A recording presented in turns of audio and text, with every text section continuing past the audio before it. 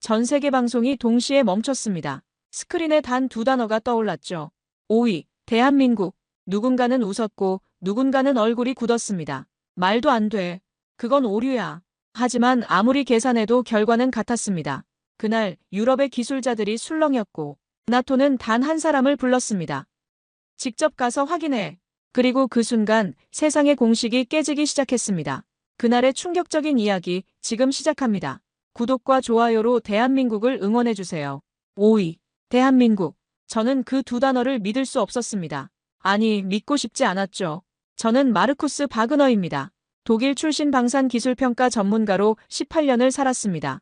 라인메탈 전차개발본부에서 엔지니어로 일했고 지금은 나토 자문위원입니다. 제가 본 세계는 명확했습니다. 미국, 러시아, 독일, 프랑스.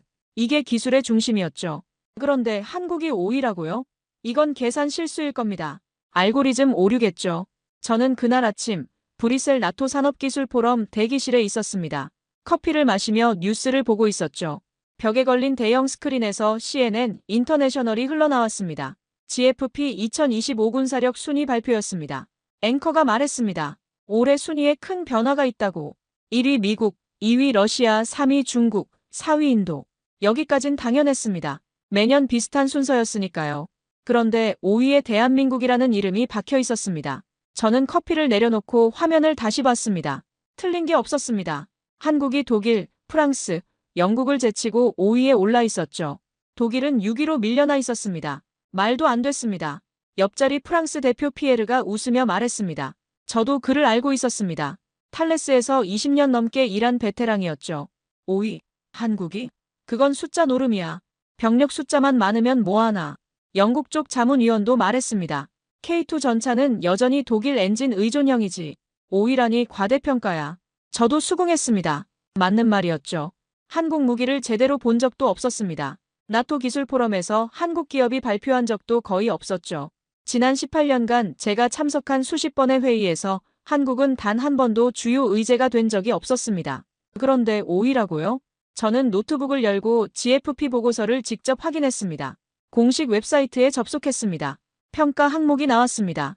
병력, 장비 수량, 국방 예산, 산업 생산력, 지리적 요소, 자원 확보 능력. 숫자는 맞았습니다. 한국은 모든 항목에서 높은 점수를 받았습니다. 하지만 숫자가 전부는 아니었죠. 저는 18년간 무기 체계를 평가했습니다. 진짜 실력은 현장에서 나옵니다. 데이터는 거짓말을 하지 않지만 맥락을 숨기기도 하죠. 저는 그걸 너무 잘 알고 있었습니다. 실제 데이터를 봐야 한다. 저는 혼잣말로 중얼거렸습니다. 그때 노트북 화면 하단에 메일 알림이 떴습니다. 발신인은 나토 기술평가단 본부였습니다. 저는 즉시 메일함을 열었습니다. 제목은 이랬습니다. MSPO 폴란드 박람회 K2PL 시연평가 임무부여. 저는 메일을 열었습니다. 내용은 간단했습니다. 폴란드 정부가 한국산 K2 전차를 대량 도입했고 현지 개량형인 K2PL의 기술 시연이 다음 주 예정되어 있다는 겁니다. 나토 기술평가단 소속으로 현장 평가를 해달라는 요청이었죠. 출장 일정, 숙박, 이동 수단까지 모두 첨부되어 있었습니다. 저는 화면을 보며 생각했습니다. 좋아, 확인해야겠어. 그래야 착각이 끝나지. 독일 언론도 움직이기 시작했습니다. 저는 스마트폰을 꺼내 뉴스 앱을 열었습니다. 디 벨트가 사설을 냈습니다. 제목은 한국방산의 성장, 단기적 수출 호황에 불과였죠. 기사 내용은 명확했습니다. 한국은 가격 경쟁력으로 시장에 진입했을 뿐 기술 완성도는 여전히 유럽 수준에 미치지 못한다. GFP 순위는 병력과 예산 규모에 과도한 가중치를 둔 결과일 뿐이다. 저는 그 기사를 스크랩했습니다. 그리고 메모를 남겼습니다. 나는 다른 결론을 내릴 것이다. 며칠 뒤 저는 폴란드행 비행기에 올랐습니다. 베를린 공항에서 이륙한 비행기는 순조롭게 고도를 높였습니다. 익숙한 풍경이었습니다. 저는 노트북을 열고 한국방산 자료를 다시 읽었습니다. K2 전차, K9 자주포, FA-50 경전투기, 천공투 방공 미사일. 이름은 들어봤습니다. 국제뉴스에서 가끔 언급됐죠. 하지만 실물을 본 적은 없었습니다. 유럽 박람회에서도 한국 부스는 늘 구석진 곳에 있었고 주목받지 못했습니다. 자료에는 이렇게 적혀 있었습니다. 2022년부터 2025년까지 수출액 급증, 폴란드, 노르웨이, 호주, 루마니아 등 나토 회원국 다수 도입, 계약 이행률 매우 높음, 납기 지연 사례 거의 없음. 숫자는 인상적이었습니다. 하지만 저는 숫자만으론 판단하지 않았습니다. 현장을 믿었죠. 실물을 믿었습니다. 비행기가 고도를 높였습니다. 저는 생각에 잠겼습니다. 이건 단순한 순위의 문제가 아니었습니다. 만약 한국이 정말 기준을 바꾼다면 유럽이 흔들릴지도 모릅니다. 독일의 자존심이 흔들릴지도 모르죠. 라인메탈, 크라우스마파이, 탈레스 같은 거대 기업들의 입지가 위협받을 수도 있었습니다. 저는 그 생각을 떨쳐냈습니다. 아니야. 그럴 리 없어. 하지만 마음 한구석에서는 불안이 자라고 있었습니다. 그 데이터는 한국을 가리키고 있었죠. 저는 노트를 닫고 눈을 감았습니다. 직접 검증할 기회가 왔다. 이번 출장, 그 결과가 제 경력을 바꿀지도 모릅니다. 아니, 제 신념을 바꿀지도 모르죠. 18년간 쌓아온 확신이 흔들릴 수도 있었습니다. 확신이 아니라 검증이 필요했습니다. 비행기는 폴란드를 향해 날아갔습니다. 구름 위를 가로지르며 동쪽으로 향했습니다. 그리고 저는 아직 몰랐습니다. 제가 곧 보게 될 것이 단순한 무기가 아니라는 걸 말입니다. 5위라는 숫자가 유럽의 자존심을 흔들었습니다. 그리고 저는 그 흔들림의 중심으로 가고 있었습니다. 착륙까지 남은 시간은 1시간 반. 저는 다시 노트북을 펼쳤습니다. 폴란드 국방부가 공개한 K2 도입 계약서를 열었습니다. 계약 규모, 납기 일정, 기술 이전 조건까지 상세히 적혀 있었습니다. 저는 한 줄 한 줄 읽어내려갔습니다. 그리고 생각했습니다. 진실은 곧 드러날 것이라고. 기내 방송이 들렸습니다. 곧 폴란드 키엘체에 착륙한다는 안내였습니다. 저는 노트북을 닫고 안전벨트를 확인했습니다. 이제 시작이었습니다. 폴란드 키엘체. MSPO 국제방산박람회장에 도착한 건 아침 9시였습니다. 공항에서 택시로 40분을 달려 박람회장에 도착했습니다. 거대한 건물이 보였고 입구엔 이미 사람들이 몰려 있었습니다. 저는 18년간 유럽 방산 박람회를 다녔습니다. 파리 유로사토리, 런던 DSEI, 독일 ILA까지 모두 익숙한 풍경이었죠. 그런데 이번 MSPO는 달랐습니다. 정문을 지나자마자 한국관이 눈에 들어왔습니다. 거대한 태극기가 걸려 있었고 그 아래 K2 전차가 당당하게 서 있었습니다. 실물이었습니다. 사진 속 이미지가 아니라 진짜 철과 강철로 만들어진 전차였죠. 햇빛을 받아 차체가 반짝였습니다. 저는 걸음을 멈췄습니다. 한국관 주변엔 이미 사람들이 몰려 있었습니다. 폴란드 국방부 관계자들, 나토 기술팀, 유럽 방산업체 대표들까지 모두 K2 전차를 보고 있었죠. 저는 천천히 다가갔습니다. K2PL, 폴란드 현지 개량형이라고 들었습니다. 독일 엔진을 쓴다는 소문도 있었지만 가까이 가서 보니 예상과 달랐습니다. 용접선이 보였습니다. 매끄러웠습니다. 저는 무릎을 굽혀 차체 하부를 확인했습니다. 용접 패턴이 일정했고 자동화 공정의 흔적이 역력했습니다. 이건 수작업이 아니었습니다. 로봇 용접이었죠. 소재도 확인했습니다. 복합 장갑 구조가 유럽식이 아니었습니다. 완전히 다른 설계 철학이 느껴졌죠. 저는 손으로 차체를 만져봤습니다. 표면이 부드러웠고 코팅 처리가 균일했습니다. 손끝으로 느껴지는 질감이 달랐습니다. 그때 엔진 소리가 들렸습니다. 저음의 웅웅거리는 소리였습니다. 진동이 손끝으로 전해졌습니다. K2PL이 가동 중이었습니다. 저는 귀를 기울였습니다. 엔진음이 낮았습니다. 진동도 적었습니다. 폴란드 엔지니어 한 명이 다가와 저를 알아봤습니다. 저는 나토 배지를 달고 있었고 그는 사전에 제 방문을 통보받은 것 같았습니다. 그는 반갑게 인사하며 말했습니다. 한국산 파워팩을 쓴다고 두산 인프라코어가 만든 1500마력 엔진이라고 했습니다. 유럽 조건에 맞게 완전히 개량됐다고 덧붙였죠. 영하 30도 환경에서도 문제없이 작동한다고 강조했습니다. 저는 눈을 가늘게 떴습니다. 완전히 개량됐다는 말이 마음에 걸렸습니다. 그는 계속 설명했습니다. 제어 시스템, 사격 시스템, 통신 장비까지 대부분이 한국 국산 부품이라고 했습니다. 한국은 단순히 전차를 팔지 않고 기술 이전까지 해줬다고 폴란드 엔지니어들이 직접 정비할 수 있게 훈련도 시켰다고 말했습니다. 저는 전차 내부를 보고 싶다고 했습니다. 그가 흔쾌히 해치를 열어줬습니다. 조종석이 보였습니다. 디지털 계기판이 펼쳐져 있었고 통합 제어 시스템이 작동하고 있었습니다. LCD 화면이 3개 배치되어 있었습니다. 조준경, 전술지도 시스템 상태 표시창이었죠. 화면 해상도가 선명했습니다. 터치스크린 방식이었습니다. 이건 유럽 전차와 비교해도 뒤떨어지지 않았습니다. 독일 레오파르트 2A7도 이 정도는 아니었습니다. 저는 숨을 깊이 들이켰습니다. 이건 독일 기술의 그림자가 아니었습니다. 완전히 새로운 전차였죠. 저는 밖으로 나와 K9 자주포 쪽으로 걸어갔습니다. 역시 실물이 전시되어 있었고 포신이 하늘을 향하고 있었습니다. 노르웨이 국방부 대표 한 명이 K9 앞에 서 있었습니다. 저는 그에게 말을 걸었습니다. 노르웨이도 K9을 쓴다고 들었다고 했더니 그가 돌아보며 미소를 지었습니다. 이미 그들 부대 핵심 장비라고 했습니다. 저는 운용 상태를 물었습니다. 그가 말했습니다. 완벽하다고 북극 환경에서도 문제없이 작동한다고 했습니다. 영하 40도에서도 엔진이 걸리고 사격 정확도도 떨어지지 않는다고 덧붙였죠. 지난 겨울 나르비크 훈련에서 직접 확인했다고 강조했습니다. 저는 놀랐습니다. 독일제 PGH-2000은 영하 30도에서 고장났다는 사실을 알고 있었습니다. 유압 시스템이 얼어붙었다는 보고서를 직접 읽었으니까요. 작년 나토 훈련에서 실제로 발생한 일이었습니다. 주변에서 프랑스 기자 2명이 대화하는 소리가 들렸습니다.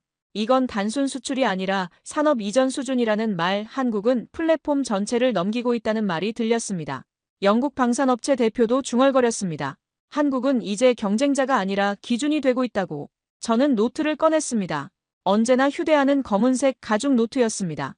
그리고 적기 시작했습니다. 용접선은 유럽 기준 이상이었습니다. 소재 구성은 독자 설계였습니다. 엔진 진동은 유럽 평균보다 낮았습니다. 극한 환경 대응은 영하 40도 작동까지 확인됐습니다. 모든 게 예상을 벗어났습니다. 이건 카피가 아니었습니다. 진화였죠. 저는 전시장을 계속 돌았습니다. FA-50 경전투기 모형도 있었고 천공투 방공 미사일 시스템도 전시되어 있었습니다. 모든 장비 옆에는 설명 패널이 있었는데 한국어, 영어, 폴란드어로 적혀 있었습니다. 저는 천공투 패널을 읽었습니다. 사거리 40km, 동시 표적 처리 능력 8개, 요격 성공률 매우 높음이라고 적혀 있었습니다. 저는 벤치에 앉아 노트를 다시 펼쳤습니다. 그리고 적었습니다. 한국 기술은 독일의 모양을 하고 있었지만 완전히 다른 심장을 달고 있었습니다. 그날 오후 나토 기술팀 회의가 키엘체 컨벤션 센터 회의실에서 열렸습니다. 저는 발표를 준비했고 자료를 정리했습니다. 회의가 시작됐고 각국 대표들이 모였습니다. 독일, 프랑스, 영국, 미국, 이탈리아 대표들이 앉아 있었습니다.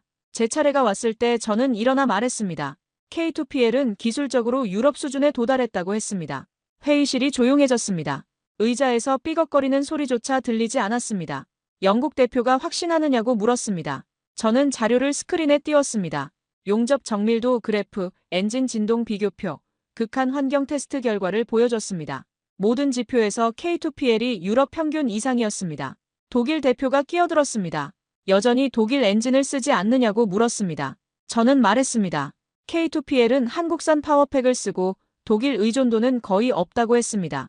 정적이 흘렀습니다. 저는 계속 말했습니다. 이건 인정해야 한다고. 한국은 이미 시스템 국가라고 했습니다. 프랑스 대표가 조용히 수긍했습니다. 하지만 한 사람이 물었습니다. 당신 지금 뭐라고 했나? 저는 답했습니다. 진실을 말했다고. 회의가 끝났습니다. 저는 자리로 돌아왔는데 동료들이 저를 피했습니다. 아무도 말을 걸지 않았죠. 복도를 걸을 때도 사람들이 시선을 피했습니다. 저는 신경 쓰지 않았습니다. 데이터가 진실이었으니까요. 그날 밤 저는 호텔로 돌아왔습니다. 저는 노트북을 열고 보고서를 쓰기 시작했습니다. 첫 문장은 이렇게 썼습니다. K2의 용접선이 내 자존심을 흔들었다고. 저는 계속 적었습니다. 한국 기술은 독일의 모양을 하고 있었지만 완전히 다른 심장을 달고 있었다고. 그건 복제가 아니라 혁신의 결과였다고. 저는 펜을 내려놓았습니다. 저는 그날 유럽이 아닌 미래를 보았습니다. 그리고 그 미래엔 한국이 있었습니다. 브뤼셀, 나토 산업 포럼이 열리는 날이었습니다. 저는 일주일 전 폴란드에서 돌아왔습니다. 머릿속이 복잡했죠. K2PL을 받고 K9을 만졌고 데이터를 확인했습니다. 모든 게 진짜였지만 저는 여전히 확신이 필요했습니다. 한 번의 박람회로 결론을 내릴 순 없었으니까요. 나토 포럼 주제는 세계 방산 생산의 새로운 균형이었습니다. 새로운 균형이라는 단어가 마음에 걸렸습니다. 회의장 입구에 포스터가 붙어 있었습니다. 오늘 발표 기업 목록에는 로키드 마틴, BAE 시스템즈, 라인메탈, 그리고 한화 디펜스, 현대로템, KAI가 적혀 있었습니다. 한국 방산기업 3곳이 공식 발표에 참가한 겁니다. 저는 유럽 패널 중 유일하게 한국 세션 분석을 맡았습니다. 회의장에 들어섰을 때 사람들이 많았습니다. 나토 회원국 대표들, 유럽 방산업체 임원들, 국제기자들로 좌석이 거의 찼습니다. 저는 앞쪽 자리에 앉아 노트북을 열고 발표 자료를 준비했습니다. 오전 세션이 끝나고 오후 첫 발표가 시작됐습니다. 한화 디펜스 대표가 단상에 올랐고 스크린에 제목이 떴습니다. 한국방산 수출 실적 2022년부터 2025년까지 대형 스크린이 밝아지면서 그래프가 나타났습니다. 2022년부터 2025년까지 수출액이 급증했습니다. 3년 새 큰 폭으로 증가한 겁니다. 저는 숨을 멈췄습니다. 발표자가 주요 수출국은 폴란드, 노르웨이, 호주, 루마니아, 이집트라고 말했습니다. 모두 나토 회원국이거나 우방국이었죠. 지도 위에 각국이 표시되며 계약 규모가 함께 나타났습니다. 다음 슬라이드가 넘어갔습니다. 납기 이행률 매우 높음, 계약 해지 사례 거의 없음, 고객 만족도 매우 높음이라는 내용이 화면을 채웠습니다. 저는 펜을 들어 노트에 적었습니다. 그건 기술이 아니라 신뢰의 결과였다고 발표자가 계속 말했습니다. 한국방산의 강점은 기술만이 아니라 약속을 지키는 시스템이라고 했습니다. 화면에 폴란드 전차 부대 훈련 장면이 떴습니다. K2PL이 눈 덮인 평원을 달리고 있었죠. 실제 훈련 영상이었습니다. 발표자는 폴란드가 계약 후 18개월 만에 첫 배치를 받았다고 덧붙였습니다. 유럽 업체는 평균 36개월이 걸린다는 사실과 대조되는 수치였습니다. 절반이었습니다. 청중이 웅성거렸습니다. 저는 주변을 둘러봤습니다. 독일 대표들이 굳은 표정으로 화면을 보고 있었습니다. 발표가 끝나고 질의응답 시간이 왔습니다. 영국 대표가 손을 들어 한국의 품질은 여전히 검증 중 아니냐고 물었습니다. 저는 참을 수 없었습니다. 손을 들었고 사회자가 저를 지목했습니다. 저는 일어나 말했습니다. 검증은 끝났다고. 회의장이 조용해졌습니다. 시선이 저에게 쏠렸습니다. 저는 제 신분을 밝히며 말을 이었습니다. 일주일 전 폴란드 MSPO에서 K2PL을 직접 검증했다고. 용접선, 소재 구성, 엔진 성능, 모든 항목에서 유럽 기준 이상이었다고 말했습니다. 영국 대표가 그건 한 사례일 뿐이라고 반박했습니다. 저는 말했습니다. 노르웨이는 K9을 북극에서 운용 중이고 영하 40도에서도 작동한다고. 폴란드는 K2를 대량 도입했다고. 이게 한 사례냐고 물었습니다. 청중이 웅성거렸습니다. 저는 자료를 스크린에 띄웠습니다. 폴란드 국방부 보고서였습니다. K2PL 운용 6개월 성과, 기계, 고장률 매우 낮음, 나토 평균보다 현저히 낮음이라는 내용이 화면에 나타났습니다. 저는 말했습니다. 실전 배치가 증명했다고. 한국 무기는 검증이 끝났다고. 프랑스 대표가 조용히 수긍했습니다. 독일 대표는 표정이 굳어 있었습니다. 회의가 끝나고 저는 나토 본부 사무실로 갔습니다. 보고서를 써야 했습니다. 책상 앞에 앉아 컴퓨터를 켰습니다. 새 문서를 열고 제목을 입력했습니다. 한국방산, 신뢰성이라는 새로운 기준. 첫 문장을 썼습니다. 한국은 더 이상 수입국이 아니라 세계가 신뢰할 만한 생산자라고. 저는 손을 멈추고 생각했습니다. 이 문장이 맞는지 고민했죠. 저는 데이터를 다시 확인했습니다. 국제평화연구소 보고서를 열었고 폴란드 국방부 계약서를 받고 노르웨이 운용 보고서를 읽었습니다. 모든 자료가 같은 결론을 가리켰습니다. 한국은 약속을 지켰습니다. 납기를 지켰고 품질을 지켰습니다. 저는 키보드를 두드렸습니다. 유럽은 기술로 싸우지만 한국은 신뢰로 이긴다고 적었습니다. 저는 계속 적었습니다. 납기 준수는 우연이 아니라 시스템이라고. 한국방산은 무기를 만들지 않고 신뢰를 만든다고 썼습니다. 보고서를 저장했습니다. 이제 유럽은 뒤따라가야 했습니다. 신뢰가 기술보다 강한 무기였으니까요. 저는 그날 통계가 아닌 진실을 보았습니다. 그리고 그 진실은 제 경력 18년을 뒤흔들고 있었습니다. 다음 날 아침 저는 이메일을 확인했습니다. 나토 기술위원회에서 메일이 와 있었습니다. 보고서 초안을 검토했다고. 매우 흥미로운 분석이지만 일부 표현이 논란의 소지가 있으니 수정을 고려해달라는 내용이었습니다. 저는 고개를 저었습니다. 논란의 소지라는 말이 이해되지 않았습니다. 진실이 논란입니까? 저는 답장을 썼습니다. 데이터에 기반한 분석이니 수정할 부분이 없다고. 전송 버튼을 눌렀습니다. 저는 의자에 기대어 천장을 봤습니다. 이건 단순한 보고서가 아니었습니다. 이건 인정의 문제였죠. 유럽이 한국을 인정할 준비가 됐는지 저는 몰랐습니다. 하지만 저는 준비가 됐습니다. 진실을 말할 준비가. 그날 오후 저는 산책을 나갔습니다. 브뤼셀 광장에는 관광객들이 많았고 사진을 찍고 있었습니다. 길거리 음악가가 바이올린을 켜고 있었습니다. 저는 벤치에 앉아 생각에 잠겼습니다. 폴란드에서 본 K2PL의 용접선, 노르웨이에서 확인한 K9의 일관성, 그리고 오늘 회의장에서 공개된 납기 준수 기록. 모든 것이 한 방향을 가리키고 있었습니다. 하늘이 맑았습니다. 구름 한 점 없는 가을 하늘이었습니다. 저는 사무실로 돌아가 보고서를 최종 검토했습니다.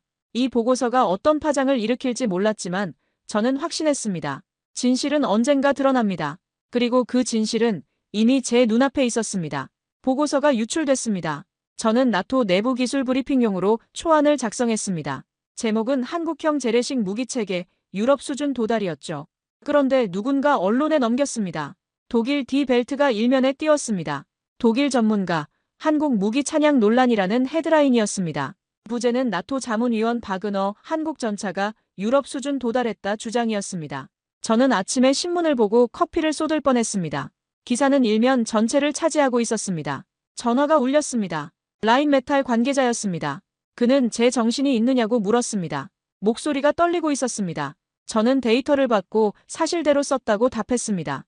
그가 한국이 우리보다 낫다는 게 사실이냐고 따져 물었지만 저는 유럽 수준에 도달했다고 썼을 뿐이라고 말했습니다.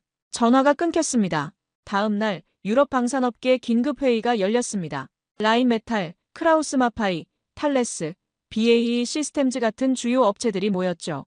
저도 초청받았습니다. 아니, 소환당했습니다. 회의실 분위기는 차가웠습니다. 테이블에 앉은 임원들의 표정이 굳어 있었습니다. 크라우스마파이 대표가 제 보고서 때문에 난리라고 말했습니다. 한국은 여전히 엔진 기술, 탄약 기술에서 유럽 의존적이라고 덧붙였죠. 저는 말했습니다. 그건 10년 전 얘기라고. 회의실 분위기가 더 냉랭해졌습니다. 저는 자료를 꺼냈습니다. K2PL은 한국산 파워팩을 쓰고 K9의 포탄도 한국에서 생산한다고 설명했습니다. 의존도는 거의 없다고 덧붙였죠. 라인메탈 관계자가 핵심 부품은 여전히 유럽산이라고 반박했습니다. 저는 폴란드 계약서를 펼쳤습니다. 부품 국산화율이 매우 높다는 수치를 보여줬습니다. 핵심 부품도 한국산이라고 말했죠. 사격 통제 장치, 통신 시스템, 능동 방호 시스템 모두 한국이 독자 개발했다고 설명했습니다. 회의실이 조용해졌습니다. 한 사람이 말했습니다. 그럼 이제 우리 편이 아니라고. 저는 답했습니다. 저는 편이 아니라 사실 편이라고. 분위기가 얼어붙었습니다. 회의가 끝나고 언론 인터뷰 요청이 쏟아졌습니다. 독일 공영방송이 전화했습니다. 기자가 한국 무기가 유럽 전차보다 낫다고 보느냐고 물었습니다. 저는 조심스럽게 데이터는 그렇게 말하고 있다고 답했습니다. 기자가 데이터냐고 되물었고 저는 납기 준수, 운용비 절감, 현장 신뢰도 모든 지표에서 한국이 앞선다고 설명했습니다. 기자가 다시 물었습니다. 그럼 독일 기술이 뒤처졌다는 건지. 저는 한숨을 쉬었습니다. 뒤처진 게 아니라 한국이 따라잡은 거라고 말했습니다. 그날 저녁 폴란드 국방부에서 이메일이 왔습니다. 내부 보고서였습니다. 제목은 K2PL 운용 성과 분석이었죠. 저는 파일을 열었습니다. 주요 내용을 읽었습니다. 계약 일정 준수, 부품 공급 안정적, 훈련 효율성 목표 달성, 운용비 절감이라는 내용이 나열되어 있었습니다. 상세한 표와 그래프가 첨부되어 있었습니다. 저는 화면을 뚫어져라 봤습니다. 저는 노트에 적었습니다. 진실을 말한 죄는 언제나 크다고. 그날 밤 저는 생각했습니다. 이건 단순한 기술 논쟁이 아니었습니다. 기득권과 현실의 충돌이었죠. 제가 확인한 사실들을 그들은 받아들이려 하지 않았습니다. 기득권은 변화를 두려워합니다. 하지만 한국의 기술은 말이 아니라 성과로 존재했습니다. 저는 보고서를 다시 열었습니다. 그리고 마지막 문장을 추가했습니다. 유럽은 여전히 거울 속의 과거를 보고 있다고. 이제 논쟁은 끝났습니다. 남은 건 증거뿐이었습니다. 며칠 뒤 독일 방산협회에서 공식 입장문을 발표했습니다. 한국 방산의 성장은 인정하지만 여전히 유럽이 기술적 우위를 점하고 있다는 내용이었습니다. 저는 그 입장문을 읽으며 씁쓸하게 웃었습니다. 그들은 여전히 숫자를 보지 않고 있었습니다. 저는 서랍에서 폴란드 보고서를 꺼냈습니다. 다시 한번 읽었습니다. 계약 준수, 고장률 낮음, 운용비 절감. 숫자는 명확했습니다. 저는 노트북을 열고 추가 보고서를 작성하기 시작했습니다. 제목은 한국방산의 현장 신뢰성 분석이었습니다. 저는 폴란드, 노르웨이, 호주의 운용 데이터를 모두 모았습니다. 각국의 만족도 조사 결과도 첨부했습니다. 모든 자료가 한 방향을 가리켰습니다. 한국은 신뢰를 만들고 있었습니다. 저는 보고서를 저장하면서 생각했습니다. 유럽 방산업계는 아직도 과거의 영광에 머물러 있지만 세계는 이미 앞으로 나아가고 있다고. 하지만 저는 달랐습니다. 저는 미래를 보고 있었습니다. 그리고 그 미래엔 한국이 있었습니다. 저는 커피를 한 모금 마셨습니다. 식어 있었지만 신경 쓰이지 않았습니다. 책상 위에 폴란드 보고서가 놓여 있었습니다. 저는 다시 한번 주요 수치를 확인했습니다. 납기 지연 거의 없음, 기계 고장률 매우 낮음, 부품 공급 안정적. 이 모든 것이 한국의 시스템을 증명하고 있었습니다.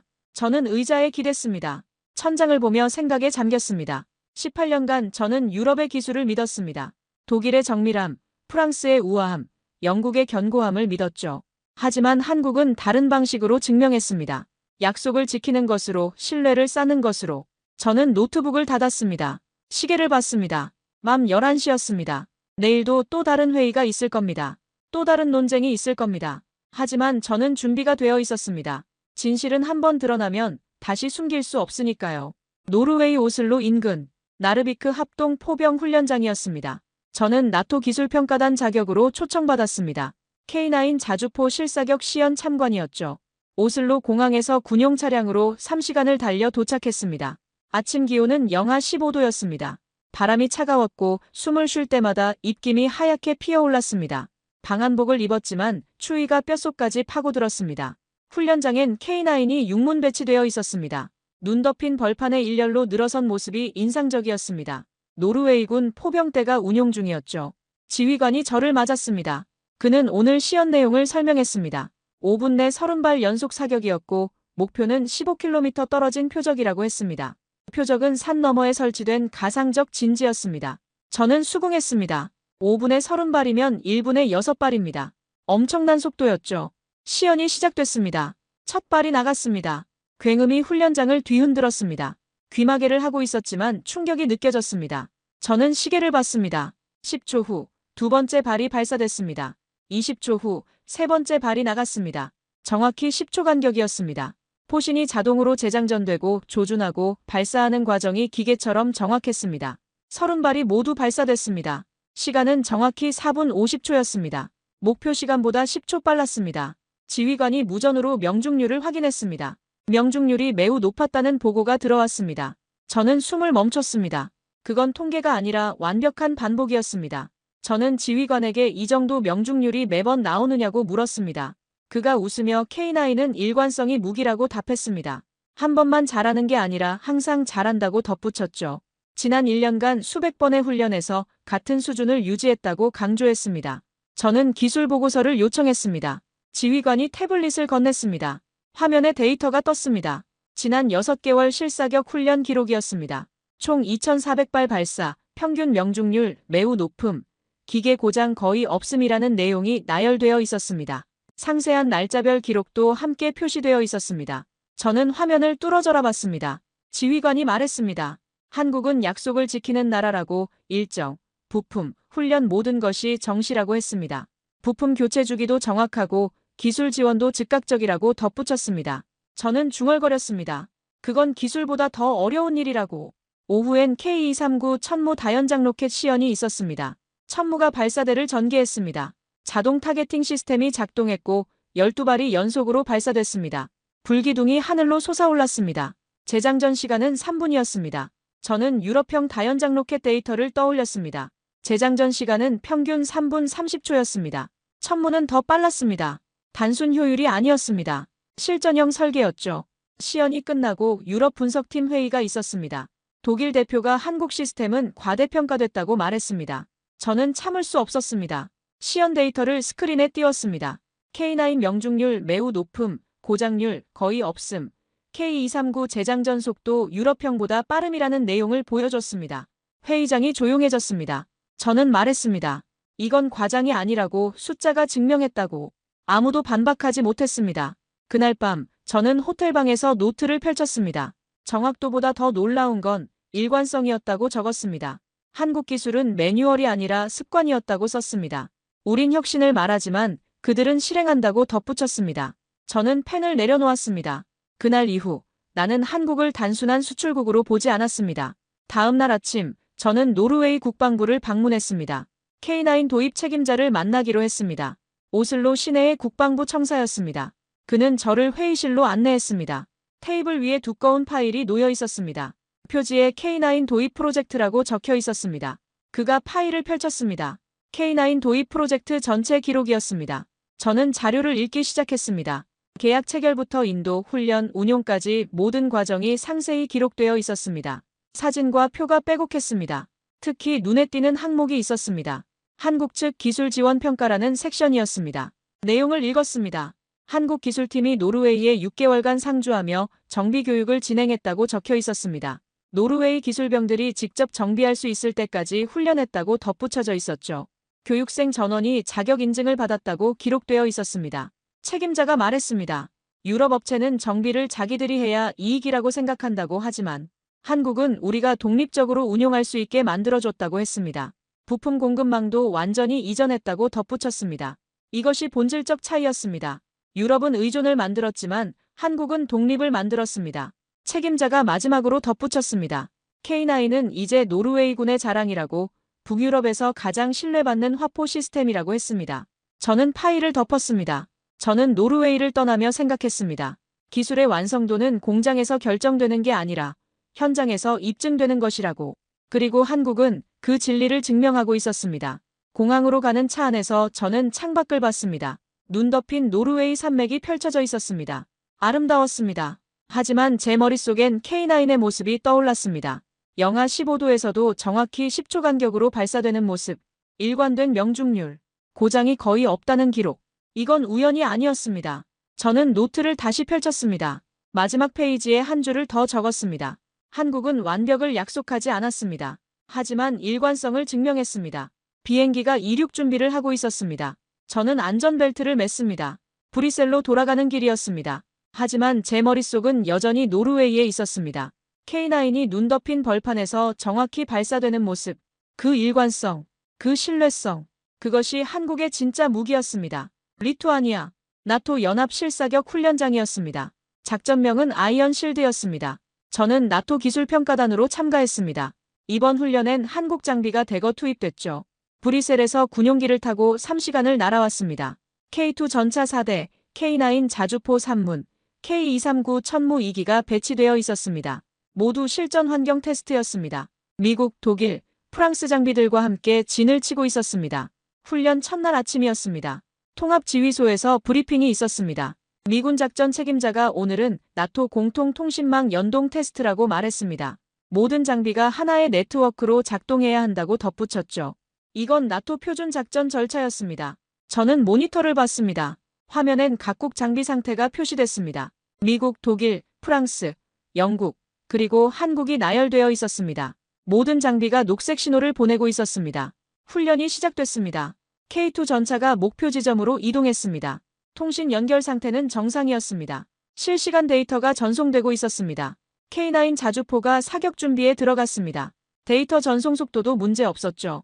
그런데 갑자기 경고음이 울렸습니다. 시스템 충돌이 발생했다는 메시지가 화면에 떴습니다. 미군 장비 일부가 네트워크에서 다운됐습니다. 빨간 경고등이 켜졌습니다. 지휘소가 긴장했습니다. 사람들이 웅성거렸습니다. 작전 책임자가 복구팀 투입을 지시했습니다. 그때 한국 측 장교가 침착하게 말했습니다. 우회 통신으로 연결이 가능하다고 했습니다. 작전 책임자가 되물었습니다. 한국 장교는 K2와 K9에 백업 통신 시스템이 있다고, 독립 운용이 가능하다고 설명했습니다. 30초 후 한국 장비가 우회 네트워크를 구축했습니다. 데이터가 복원됐고 작전이 재개됐습니다. 지휘소에 안도의 한숨이 퍼졌습니다. 저는 그 장면을 보며 생각했습니다. 이건 훈련이 아니라 위기 대응이었다고. 훈련이 계속됐습니다. K2 전차가 기동 사격을 실시했습니다. 시속 40km로 달리며 표적을 명중시켰습니다. 4대 모두 성공했습니다. 명중률이 매우 높았습니다. K9 자주포가 연속 사격을 시작했습니다. 3분 내 15발을 발사했고 모두 목표 지점에 떨어졌습니다. 오차 범위가 매우 작았습니다. 천무 다연장 로켓이 마지막으로 발사됐습니다. 24발이 동시에 날아갔고 모의 표적 지역을 완전히 제압했습니다. 연막이 하늘을 뒤덮었습니다. 훈련이 끝났습니다. 평가회의가 열렸습니다. 미국 대표가 말했습니다. 이건 우연이 아니라 준비된 체계라고. 노르웨이 장교가 덧붙였습니다. 한국 무기는 나토 현장형 인증을 받을 만하다고. 저는 데이터를 확인했습니다. 작전 완수율이 매우 높았습니다. 나토 평균보다 높았죠. 통신 안정성도 우수했고 긴급 대응 시간은 30초였습니다. 저는 공식 코멘트를 작성했습니다. 한국은 성공을 설계한 나라라고 썼습니다. 그날 저녁 저는 숙소에서 보고서를 작성했습니다. 제목은 아이언 실드 훈련 기술 평가였습니다. 저는 키보드를 두드렸습니다. 그날 유럽의 기술은 멈췄고 한국의 판단이 움직였다고 적었습니다. 위기 앞에서 진짜 실력이 드러난다고 썼습니다. 이건 오위의 모습이 아니라 리더의 모습이었다고 덧붙였습니다. 저는 문장을 다시 읽었습니다. 그리고 확신했습니다. 저는 그 순간 세계의 중심축이 이동하는 걸 목격했습니다. 기술보다 중요한 건 시스템이었고 그 시스템이 만들어내는 신뢰가 진짜 무기였습니다. 다음 날 저는 훈련장을 다시 방문했습니다. 한국 기술팀이 장비를 점검하고 있었습니다. 저는 그들을 지켜봤습니다. 체계적이었습니다. 한 명이 시스템을 점검하는 동안 다른 한 명은 기록을 남겼습니다. 모든 과정이 매뉴얼대로 진행됐습니다. 세 번째 사람은 부품 상태를 확인하고 있었습니다. 하지만 매뉴얼 이상이었습니다. 그들은 장비를 다루는 게 아니라 장비와 대화하는 것처럼 보였습니다. 저는 한국 기술팀장에게 다가갔습니다. 어떻게 이렇게 빠르게 대응할 수 있었느냐고 물었습니다. 그가 답했습니다. 준비는 위기가 오기 전에 하는 것이라고. 우리는 항상 플랜 B를 가지고 있다고 말했습니다. 모든 시스템에 백업이 있다고 덧붙였습니다. 유럽은 문제가 생기면 해결합니다. 하지만 한국은 문제가 생기기 전에 준비합니다. 이것이 핵심적 차이였습니다. 저는 훈련장을 나서며 하늘을 봤습니다. 구름이 흘러가고 있었습니다. 훈련이 완전히 끝난 후 나토 기술위원회 전체 회의가 있었습니다. 각국 대표들이 모였습니다. 저는 아이언 실드 훈련 결과를 발표했습니다. 데이터를 스크린에 띄웠습니다. 작전 완수율, 통신 안정성, 긴급 대응 시간. 독일 대표가 손을 들었습니다. 한국 장비의 우회 통신 시스템에 대해 물었습니다. 저는 설명했습니다. K2와 K9은 독립적인 백업 통신망을 갖추고 있다고. 메인 네트워크가 다운되더라도 작전 수행이 가능하다고 말했습니다. 프랑스 대표가 감탄했습니다. 그건 단순한 기술이 아니라 전술적 사고라고 말했습니다. 회의가 끝나고 미군 작전 책임자가 저를 찾아왔습니다. 그가 말했습니다. 한국 장비를 미군도 검토 중이라고. 특히 백업 시스템이 인상적이었다고 덧붙였습니다. 저는 답했습니다. 한국은 기술만 파는 게 아니라 신뢰를 판다고. 그가 웃으며 수긍했습니다. 저는 숙소로 돌아와 보고서를 마무리했습니다. 마지막 문장을 썼습니다. 한국의 무기는 기술보다 신뢰로 작동한다고. 저장 버튼을 눌렀습니다. 리투아니아의 밤이 깊어가고 있었습니다. 저는 침대에 누워 천장을 봤습니다. 오늘 본 광경이 계속 떠올랐습니다. 시스템이 다운됐을 때 한국 장비가 즉시 대응한 모습, 30초 만에 우회 네트워크를 구축한 모습. 이건 단순한 기술력이 아니었습니다. 준비된 시스템이었습니다. 그리고 그 변화의 중심에 한국이 있었습니다. 브뤼셀, 나토 산업포럼 대회의장이었습니다. 저는 단상에 서 있었습니다. 발표 제목은 신뢰성 혁명, 유럽 속 한국 방산이었습니다. 회의장은 가득 찼습니다. 나토 회원국 대표들, 유럽 방산업체 임원들, 국제 언론이 모두 모였습니다. 뒤쪽엔 서서 듣는 사람들도 있었습니다. 저는 마이크 앞에 섰습니다. 그리고 첫 문장을 말했습니다. 한국은 더 이상 수입국이 아니라고. 이제 세계가 신뢰를 수입한다고 말했습니다. 회의장이 조용해졌습니다. 웅성거리던 소리가 멈췄습니다. 저는 발표를 시작했습니다. 스크린에 데이터가 떴습니다. 폴란드 K2PL 운용 성과, 노르웨이 K9 북극 작전 기록, 리투아니아 아이언 실드 훈련 결과가 차례로 나타났습니다. 모든 지표가 유럽 평균을 넘었습니다. 그래프가 선명하게 보여줬습니다. 저는 계속 말했습니다. 이건 우연이 아니라 시스템이라고. 한국은 약속을 지키는 구조를 만들었다고 설명했습니다. 납기, 품질, 사후 지원 모든 단계에서 말입니다. 영국 대표가 손을 들었습니다. 한국의 성공은 단기 현상이라고 말했습니다. 저는 그를 봤습니다. 그리고 물었습니다. 단기 현상이라면 그 3년 동안 왜 유럽은 따라잡지 못했습니까? 청중이 웅성거렸습니다. 프랑스 대표단에서 박수 소리가 들렸습니다. 저는 데이터를 추가로 공개했습니다. K9, K2, FA50의 2022년부터 2025년까지 수출 실적이 급증했다는 내용을 보여줬습니다. 납기 준수율 매우 높음, 계약 취소 사례 거의 없음이라는 기록도 함께 제시했습니다. 저는 말했습니다. 신뢰가 무기가 된 유일한 나라라고. 회의장이 조용했습니다. 하지만 그 정적은 반발이 아니라 인정이었습니다. 발표가 끝났습니다. 질의응답 시간이 왔습니다. 독일 대표가 일어섰습니다. 그는 한국 기술의 핵심 경쟁력이 무엇이냐고 물었습니다. 저는 답했습니다. 기술이 아니라 신뢰라고. 그들은 기술을 팔지 않고 신뢰를 판다고 말했습니다. 프랑스 대표가 물었습니다. 유럽이 배워야 할 점이 무엇이냐고. 저는 잠시 생각했습니다. 그리고 답했습니다. 약속을 지키는 시스템이라고 말했습니다. 납기를 지키고 품질을 지키고 사후 지원을 지키는 구조라고 설명했습니다. 노르웨이 대표가 손을 들었습니다. 그는 K9 도입 경험을 공유했습니다. 한국은 단순히 장비를 팔지 않았다고. 기술 이전부터 정비 교육까지 완전한 패키지를 제공했다고 말했습니다. 그리고 덧붙였습니다.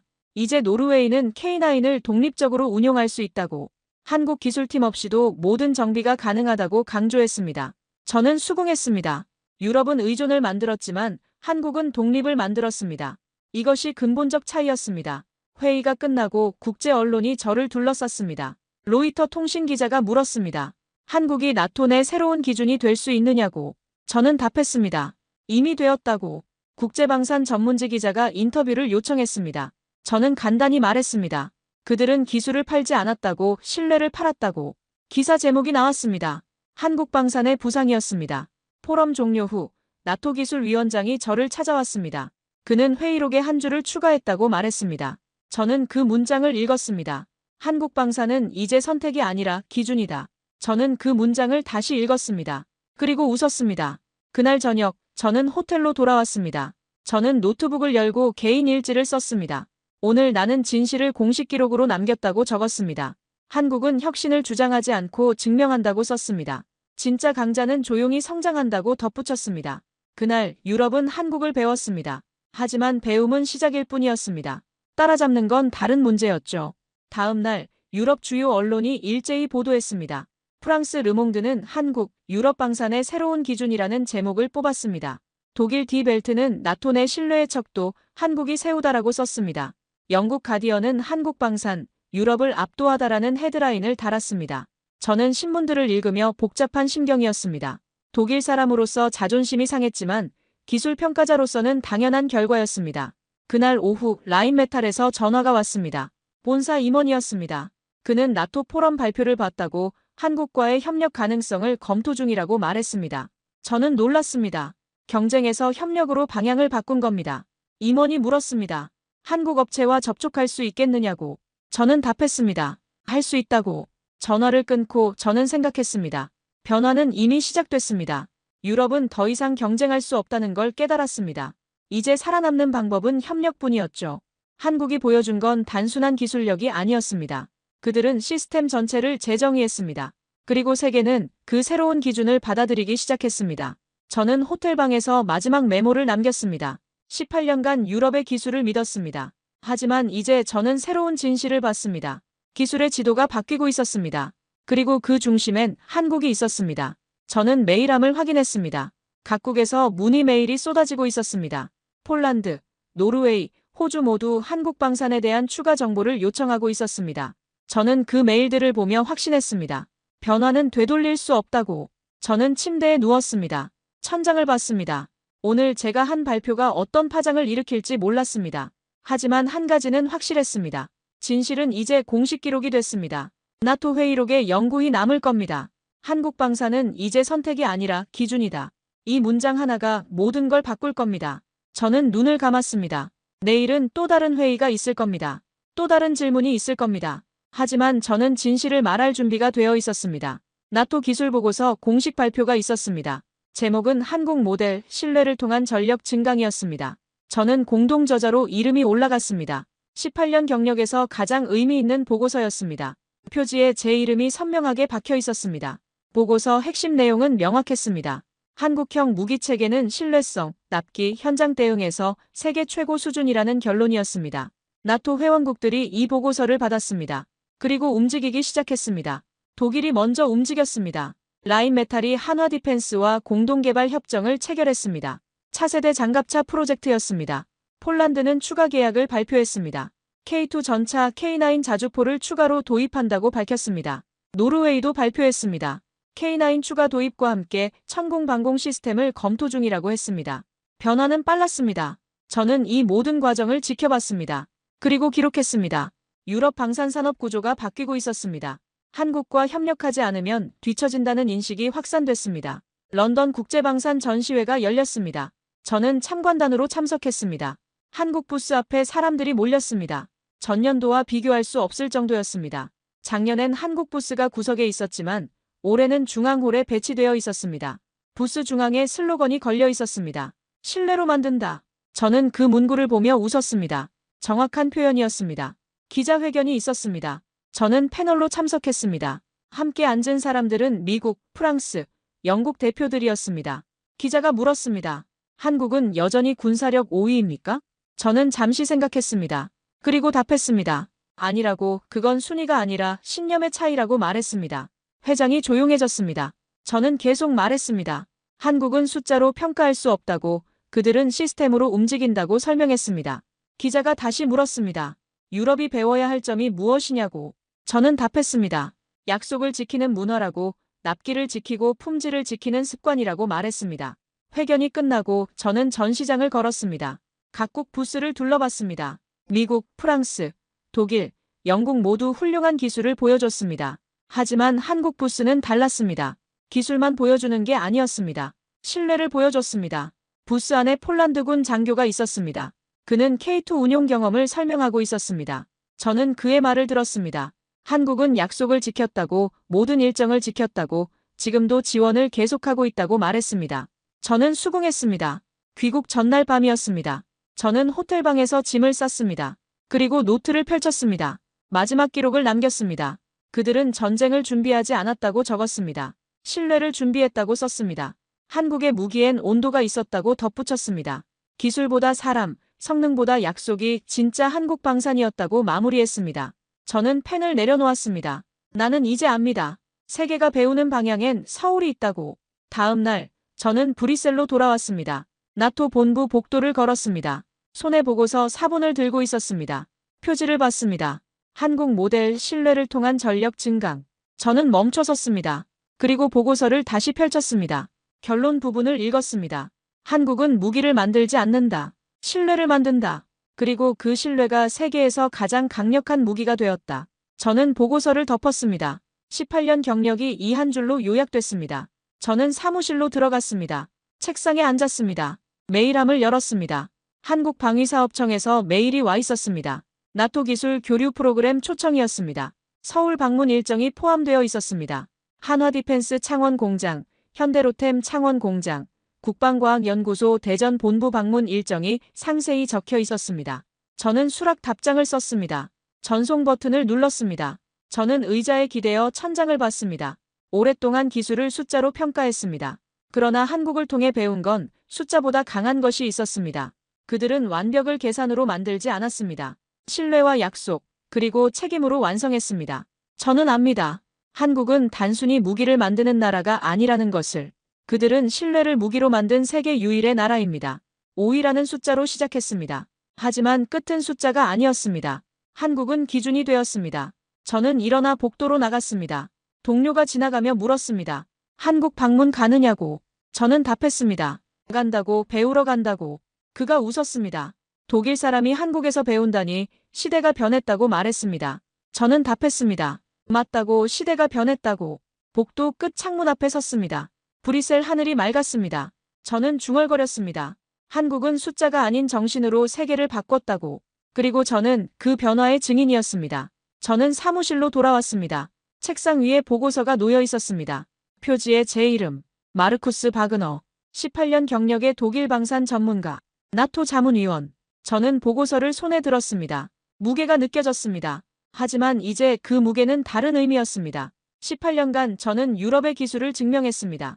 이제 저는 한국의 진실을 증명했습니다. 변화를 두려워했습니다. 하지만 변화를 목격했습니다. 그리고 기록했습니다. 한국은 이제 미래를 수출하는 나라입니다. 저는 그 미래를 기록한 사람이 되었습니다. 오늘 사연에 대한 여러분의 생각을 댓글로 남겨주세요. 감동문클에서는 여러분의 소중한 마음을 모아 사연 주인공들에게 전해드리고 있습니다. 여러분 주변에 감동적이거나 재미있는 실제 사연들을 제보받고 있으니 언제든 저희 공식 메일로 제보해주세요. 오늘 들려드린 사연에 공감하셨다면 구독과 좋아요 눌러주시고 주변 분들과도 공유해주세요. 여러분의 작은 관심과 응원이 영상 제작에 큰 힘이 됩니다. 오늘도 여러분의 하루의 작은 즐거움이라도 되었기를 바라며 지금까지 감동문클이었습니다. 끝까지 시청해주셔서 감사합니다. 다음에 더 감동적인 사연으로 찾아뵙겠습니다.